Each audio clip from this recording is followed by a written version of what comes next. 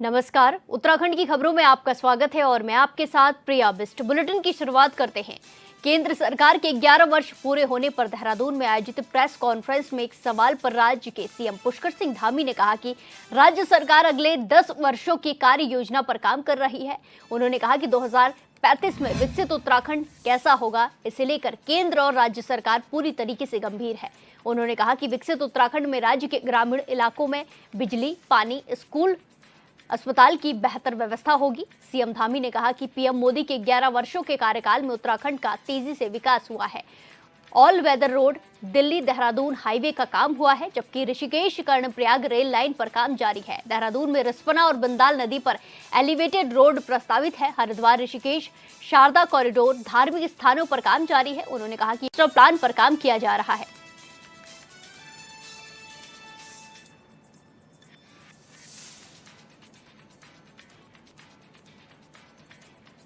Double engine को separate नहीं किया जा सकता। रामानुज भाई, पहली बात, डबल इंजन जनता ने चुना है, डबल इंजन को यहाँ के लोगों ने अपना आशीर्वाद दिया है, तो दोनों सरकारें मिलकर अनेक योजनाएं कर रही हैं। अगर मैं योजनाएं गिनाने लगूंगा तो बहुत सारी हैं। जैसे देहरादून में ही हम अभी ऑल वेदर रोडों का साथ साथ यहाँ पर एलिवेटेड के साथ साथ रिस्पना बिंदाल इसकी कार्य योजना पर काम कर रहे हैं। हम ऋषिकेश हरिद्वार शारदा रिवर फ्रंट पर काम कर रहे हैं। हरिपुर कालसी में हम अनेक धार्मिक स्थल हम जो है स्थापित कर रहे हैं। हमारे जो यमुनोत्री क्षेत्र में है वहाँ के मास्टर प्लान पर काम कर रहे हैं। अनेक धार्मिक स्थल हमारे, चाहे वो केदारखंड में हो, चाहे हमारे जो है मानस खंड में हो, उनको आगे बढ़ा रहे हैं। शारदा घाट बना रहे हैं, शारदा रिवर फ्रंट हम बना रहे हैं। अनेक योजनाएं हमने अभी इसमें इन्वेस्टर समिट हमने आयोजित किया था, जिसमें हमारा 90,000 करोड़ की ग्राउंडिंग पर हमारा काम हो रहा है। अनेक हमने नए नए यहाँ कानून बनाए हैं, एक के बाद एक कानून बनाए हैं। समान नागरिक संहिता का कानून हमने बनाकर देश में पहला राज्य होने का गौरव हमको प्राप्त हुआ है। नकल का कानून हमने यहाँ बनाया है, जो लागू होने के बाद 23,000 नौकरियाँ बिना किसी नकल के संचालित हुई है। आप सब भी अगर अपने दिल पर हाथ रखकर देखेंगे बिना किसी उसके, तो आपको लगेगा कि ये कितना पुनीत काम हुआ है। कि उन माता पिता से पूछिए जिनके बेटे और बेटियां गरीबी की हालत में परीक्षाओं में भाग लेती थी, फॉर्म भरने के पैसे तक उनके पास नहीं होते थे, वो किस प्रकार से अपने बच्चों को पढ़ाई करवाते थे, कैसे देहरादून में रखते थे, कैसे अन्य शहरों में रखते थे। लेकिन जब परीक्षा का रिजल्ट आता था तो उनका चयन नहीं होता था, नकल माफिया हावी होते थे। ऐसे और भी अनेक काम हमने राज्य में यहाँ पर मिशन एप्पल शुरू किया है, मिशन कीवी शुरू किया है। हॉर्टिकल्चर में हम जो है पॉली हाउस बनाने की योजना लेकर आए हैं। मैं योजनाएं गिनाऊंगा तो अनेक योजनाएं हैं भाई, और बड़ी बड़ी योजनाएं हमारी डबल इंजन की सरकार में जो चल रही हैं। ऋषिकेश कर्णप्रयाग रेल योजना है, और इसके साथ 4 धाम ऑल वेदर रोड है, जो 12,000 करोड़ से अधिक की परियोजना पर काम हो रहा है। दिल्ली देहरादून हमारा जो एलिवेटेड सड़क है उसका काम चल रहा है। नेशनल ग्रीन कॉरिडोर टनकपुर से लिखनलोक नेशनल हाईवे है। हमारा यहीं देहरादून का एयरपोर्ट इतना विस्तार रूप लिया है कि आज पूरे भारतवर्ष के लिए और आने वाले समय में हम उसको पूरे दुनिया के लिए जो है कि अंतर्राष्ट्रीय हवाई अड्डा बने, उस पर हम काम कर रहे हैं। मोदी सरकार के 11 साल पूरे होने पर देहरादून में संकल्प से सिद्धि तक विषय पर प्रेस कॉन्फ्रेंस का आयोजन किया गया, जिसमें सीएम पुष्कर सिंह धामी ने प्रतिभाग कर सरकार की उपलब्धियों का बखान किया। इस दौरान पार्टी प्रदेश अध्यक्ष महेंद्र भट्ट, प्रदेश मीडिया प्रभारी मनवीर सिंह चौहान समेत तमाम पार्टी के नेता मौजूद रहे।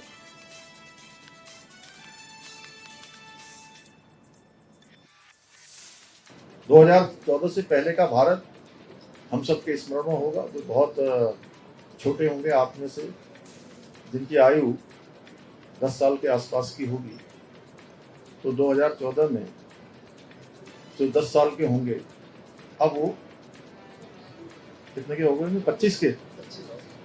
तो 10 साल के बालक को बहुत सारी जानकारियां नहीं होती है, तो इसलिए तो हाथ इसमें से बहुत सारे ऐसे भी होंगे हमारे नवयुवक जिन्होंने पहले की सरकारों का बहुत अच्छे प्रकार से विश्लेषण नहीं किया होगा। तो मैं आपके सामने इसलिए रख रहा हूँ, ये बड़ा महत्वपूर्ण तथ्य है। कि उन सालों में क्या होता था। 2014 से पहले घपलों की सरकार, घोटालों की सरकार, भ्रष्टाचार की सरकार, तुष्टिकरण की बातें सामने आती थी। लेकिन अब ये परिभाषा भी बदल गई है। अब विकास है, इनोवेशन, नवाचार है और आविष्कार, इस प्रकार की बातें आज हो रही हैं। पहले सरकारी योजनाओं की जो बात होती थी तो बिचौलिए बीच में आ जाते थे, पैसे खा जाते थे, और अब डायरेक्ट बेनिफिट के माध्यम से सीधे अगर 1 रुपया दिल्ली से भेजा जाता है तो सीधे बेनिफिशियरी के अकाउंट में पूरा का पूरा 1 रुपया पहुंचता है। पहले इलाज के लिए सोचना पड़ता था। देश की आज़ादी के बाद ये तो बिल्कुल सच है, आप सब भी इस बात को स्वीकार करेंगे कि कोई सरकार, ऐसी सरकार नहीं आई जिसने कि ये सोचा कि देश के गरीब लोग, जरूरतमंद लोग, जिनके पास साधन नहीं है, संसाधन नहीं है, वो अगर बीमार पड़ जाएं तो उनके इलाज का क्या होगा। ये पहली मोदी सरकार है जो आयुष्मान भारत योजना देता है और गरीबों का इस योजना के माध्यम से आज अस्पतालों में मुफ्त इलाज होता है। पहले हम केवल आयात पर निर्भर रहते थे, इंपोर्ट पर निर्भर रहते थे। आज मेक इन इंडिया ने इसकी ताकत एक्सपोर्ट में भी अब हम लीड करने लगे। इसमें भी हम दुनिया के प्रमुख देशों में हमारा नाम आने लगा है। पहले हम दुनिया की अस्थिर अर्थव्यवस्था में आते थे, आज दुनिया की हम चौथी सबसे बड़ी अर्थव्यवस्था बनकर एक वैश्विक शक्ति के रूप में स्थापित हुए हैं। और ये 11 साल विकास के, विश्वास के और बदलाव के रहे हैं। आज देश का हर नागरिक बदलते हुए भारत को देख रहा है और अनुभव कर रहा है। कांग्रेस के राज में भी अनेक नारे दिए जाते थे, गरीबी हटाओ, लेकिन अब आंकड़े बताते हैं कि मोदी सरकार में पिछले 11 सालों में 27 करोड़ लोग गरीबी रेखा से बाहर निकले हैं। जनधन योजना, उज्ज्वला योजना, प्रधानमंत्री आवास योजना, जल जीवन मिशन, स्वच्छता अभियान, किसान सम्मान निधि, मुफ्त राशन, आयुष्मान भारत योजना, लखपति दीदी योजना, ऐसी अनेक योजनाएं, मैं उनके नाम गिनाऊंगा तो काफी सारी योजनाएं हैं। इन योजनाओं ने जन कल्याणकारी, इन योजनाओं के माध्यम से देश के करोड़ों नागरिकों को आज इसका लाभ मिल रहा है। उनके जीवन को उत्थान का अवसर मिल रहा है, जिसका परिणाम है कि आज भारत गरीबी की दर में 5 गुना से अधिक की कमी आई है। ये 11 वर्ष शासन के नहीं बल्कि राष्ट्रीय स्वाभिमान की पुनर्स्थापना के 11 वर्ष रहे हैं। धारा 370 की समाप्ति हो, 3 तलाक का कानून समाप्त होना हो, उस पर प्रतिबंध लगना हो, सीए, वक्फ संशोधन जैसे विषयों पर साहसिक निर्णय इस कालखंड की पहचान है। आज भारत की विदेश नीति में भी हमारी सांस्कृतिक पहचान और गरिमा, इसकी स्पष्ट झलक दिखाई देती है। ये एक दिव्य संयोग है कि विकसित भारत के अमृत काल के 11 वर्ष पूरे हो रहे हैं और जब दुनिया में हमारी सेना के द्वारा चलाया गया ऑपरेशन सिंदूर का भी डंका बज रहा है और भारत ने ऑपरेशन सिंदूर के माध्यम से पाकिस्तानी आतंकी अड्डे हों, 100 आतंकवादियों से अधिक को मौत के घाट उतारना, उनका सफाया करना हो या एयरबेस को निशाना बनाकर, ये अब स्पष्ट कर दिया पूरी दुनिया को कि भारत अब सिर्फ शांति की बात नहीं करता बल्कि आवश्यकता पड़ने पर घर में घुसकर आतंक का सफाया भी करता है। आदरणीय प्रधानमंत्री जी ने पाकिस्तान को स्पष्ट संदेश दिया कि आतंकवाद, खून और पानी दोनों एक साथ नहीं बह सकते, एक साथ नहीं चल सकते, यानी कि खून और पानी का प्रभाव एक साथ नहीं हो सकता। उन्होंने ये भी साफ कर दिया कि भारत की धरती पर कोई आतंकी हमला होगा तो आप उसे युद्ध की कार्रवाई माना जाएगा। ये संदेश न केवल पाकिस्तान को था बल्कि पूरे विश्व को कि अब नया भारत अपनी संप्रभुता से किसी प्रकार का कोई समझौता नहीं करेगा। आज भारत में निर्मित ब्रह्मोस मिसाइल, जिसने पाकिस्तान में तबाही मचा दी, आकाश मिसाइल, तेजस, INS विक्रांत, प्रचंड अटैक हेलीकॉप्टर जैसे स्वदेशी हथियारों के साथ भारत आज एक आत्मनिर्भर रक्षा शक्ति बनकर भी उभरा है और भारत के हथियारों की गूंज आज पूरी दुनिया के अंदर गूंज रही है, डंका बजा रही है। प्रधानमंत्री जी के दूरदर्शी और कूटनीतिक नेतृत्व का परिणाम है कि भारत न केवल रक्षा उपकरण बना रहा है, बल्कि आज भारत दुनिया को रक्षा की उपकरणों का निर्यात भी कर रहा है। आज भारत का रक्षा निर्यात 34 गुना बढ़कर 23,622 करोड़ पहुंच गया है, जो मेक इन इंडिया और आत्मनिर्भर भारत की असल तस्वीर है। उत्तराखंड में पावर जूनियर इंजीनियर संगठन का धरना प्रदर्शन कई दिनों से जारी है। कर्मचारियों ने अब चेतावनी दी है कि न्याय न मिलने तक उनका संघर्ष ऐसे ही जारी रहेगा और कैंडल मार्च निकाला जाएगा। क्या यह है पूरा मामला, रिपोर्ट देखिए।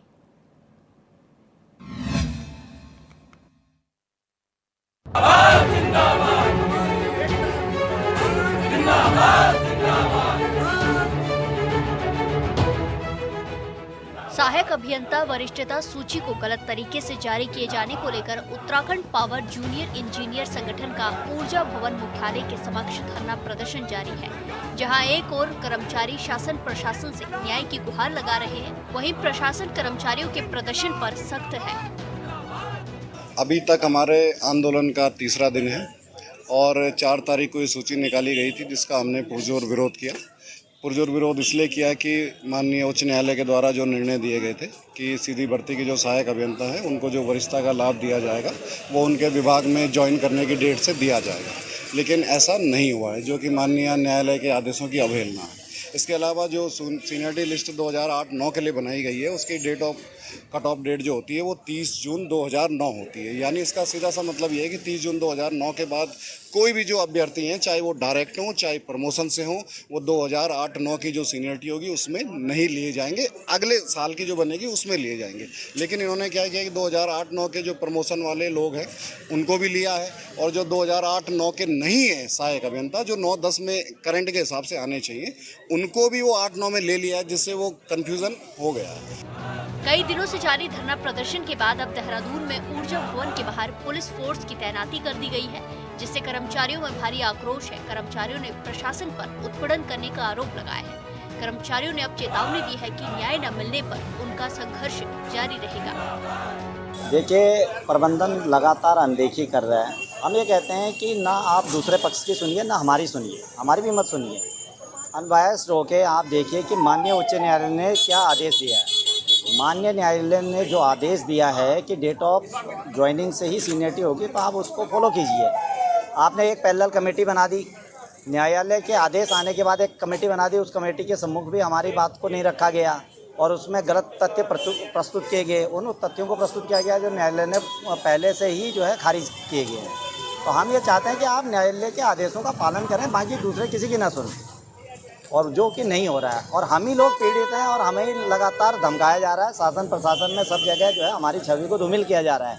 ये दिखाया जा रहा है कि ये अराजक तत्व हैं, जबकि हम लोग पीड़ित हैं। माननीय न्यायालय के आदेशों का पूरा संज्ञान लिया गया है, पूरी स्टडी करी गई है। जितने भी आदेश माननीय न्यायालय से आए गए हैं, कमेटी द्वारा, उत्तराखंड शासन की शीर्ष कमेटी द्वारा, जिसमें 3 IAS अधिकारी हैं अलग अलग डिपार्टमेंट के, उन अधिकारियों द्वारा डिसीजन लिया गया, जिसमें डिसीजन लेने के उपरांत ही ये सीनियरिटी लिस्ट बनेगी। जो उनके आदेश है उनका अनुपालन किया गया।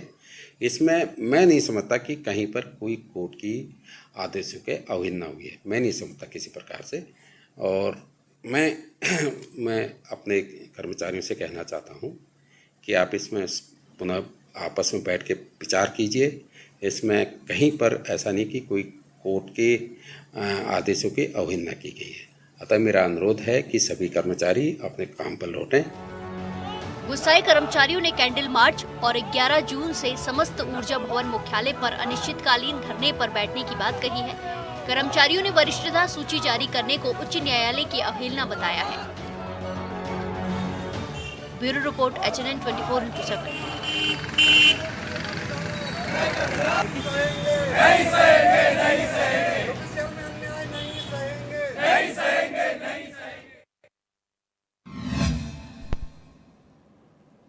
इसी के साथ खबरों में आगे बढ़ते हैं। पूर्व सीएम हरीश रावत द्वारा की जा रही काफिल पार्टी और न्याय यात्रा को लेकर बीजेपी विधायक भोपाल राम टमटा ने कहा है कि कौन क्या कर रहा है ये ध्यान देने की जरूरत नहीं है। हमें ये ध्यान देना चाहिए कि जो वादा पार्टी ने जनता से किया, साथ ही सरकारी योजनाओं को जनता तक कैसे पहुंचाए। उन्होंने कहा कि पार्टी सबका साथ, सबका विकास, सबका विश्वास, सबका प्रयास की भावना से काम कर रही है।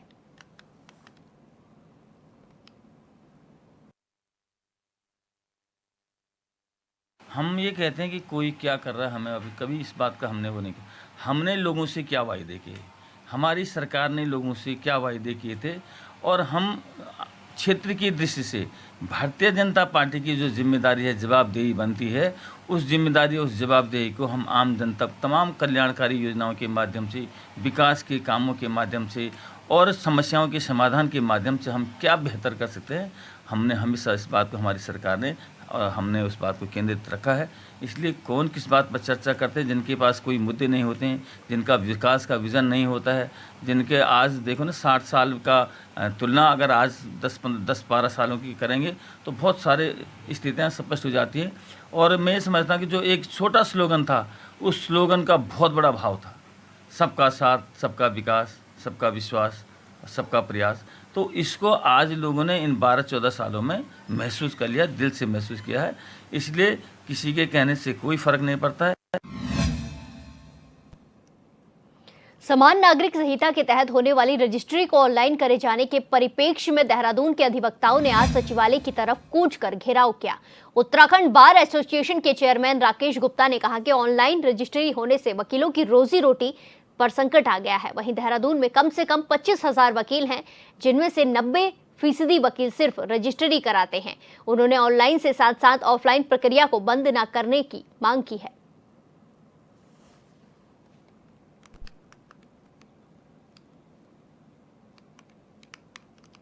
मांग हमारी बहुत सिंपल मांग है कि जो रजिस्ट्री ऑनलाइन हो रही है और उसमें वकीलों की भूमिका खत्म कर दी गई है, उसके लिए हम लोग ने ये आंदोलन किया कि वकीलों की रोजी रोटी पे संकट आ गया है।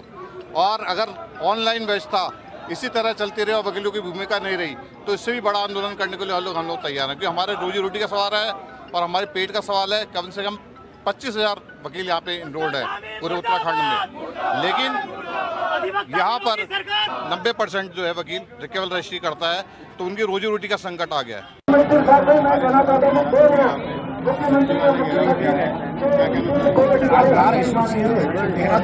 और उत्तराखंड के आह्वान पर देश के पूरे अधिवक्ता सड़कों पर विरोध, अपने रोजगार बचाने का विरोध एक ऐसी लड़ाई का है जिससे अधिवक्ताओं को रोजगार सरकार द्वारा यूजीसी के माध्यम से तरह तरह के संशोधन करके अधिवक्ताओं के रोजगार को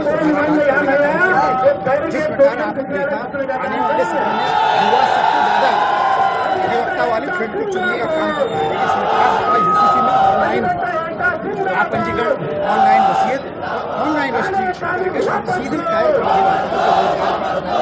किया जाए।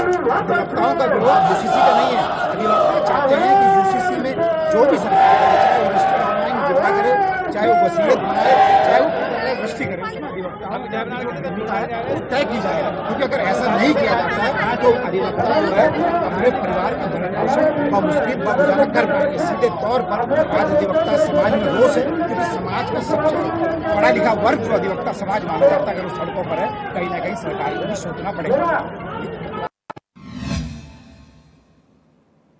हरिद्वार में लगातार बढ़ती गर्मी के चलते गंगा नहर के गंगा घाटों पर स्नान करने वालों की भीड़ उमड़ रही है, लेकिन इसी बीच कुछ युवक और बच्चे अपनी जान जोखिम में डालकर ऊंचे पुलों से गंगा नहर में खतरनाक छलांग लगा रहे हैं। हरिद्वार में आए दिन गंगा में डूबने की घटनाएं सामने आती रहती हैं, बावजूद इसके युवाओं का ये खतरनाक जुनून थमने का नाम नहीं ले रहा है।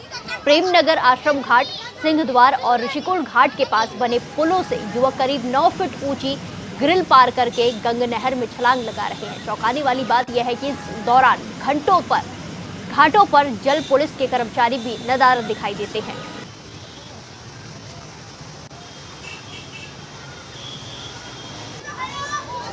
घाट और जो भी थाने हैं उन सभी पे वहाँ पे बोर्ड भी फ्लेक्सी लगाने के लिए कहा गया है। साथ ही साथ पुलिस की गश्त भी है। जो हमारे प्राइवेट गोताखोर है उनको भी जो इसमें लगाया गया है, रुड़की में, हरिद्वार में, सभी जगह पे किया गया है। बोर्ड लगाया है, फ्लैक्सी लगवाई गई हैं क्योंकि अब यातायात सीजन वो ट्रैफिक का दबाव ज़्यादा है और तीर्थयात्री आ रहे हैं, तो जो गहरे घाट जिस तरफ गंगा मेन है वहाँ पर जहाँ अनभिज्ञ हैं जो उससे वहाँ पे लगवाए गए। खबर चमोली जिले की है, जहां आउटसोर्स मेट और बेलदार कर्मचारी संघ लोक निर्माण विभाग के बैनर तले अपना आंदोलन शुरू कर रहे हैं। साल 2014 से लोक निर्माण विभाग में कई खंडों में मार्गों के रखरखाव के लिए आउटसोर्सिंग के माध्यम से रोजगार के तहत मेट बेलदार के पदों पर तैनात किए गए, लेकिन प्राइवेट एजेंसियों ठेकेदारों की मनमानी के चलते श्रमिकों की मजदूरी का पूर्ण भुगतान नहीं किया गया और कुछ श्रमिकों को बिना कारण कार्य से हटाकर बेरोजगार कर दिया गया। उसके चलते 744 मेट बेलदार कर्मचारी बेरोजगार हो गए हैं, जिनके सामने रोजी रोटी का आर्थिक संकट पैदा हो गया है।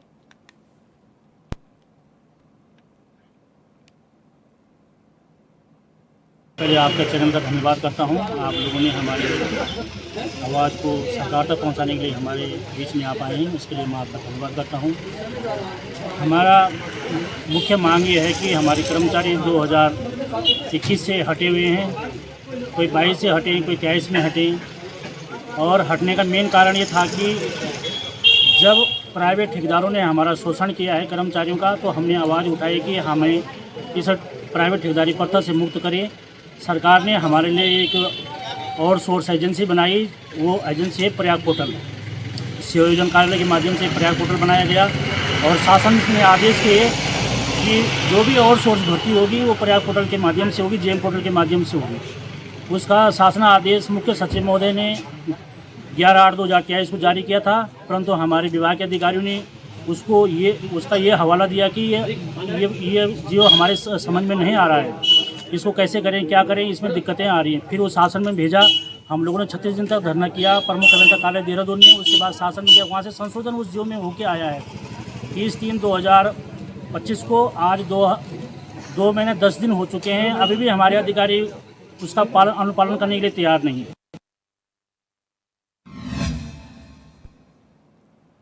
उत्तराखंड की खबरों में फिलहाल के लिए इतना ही। बाकी तमाम खबरों के लिए देखते रहिए HNN 24/7। नमस्कार।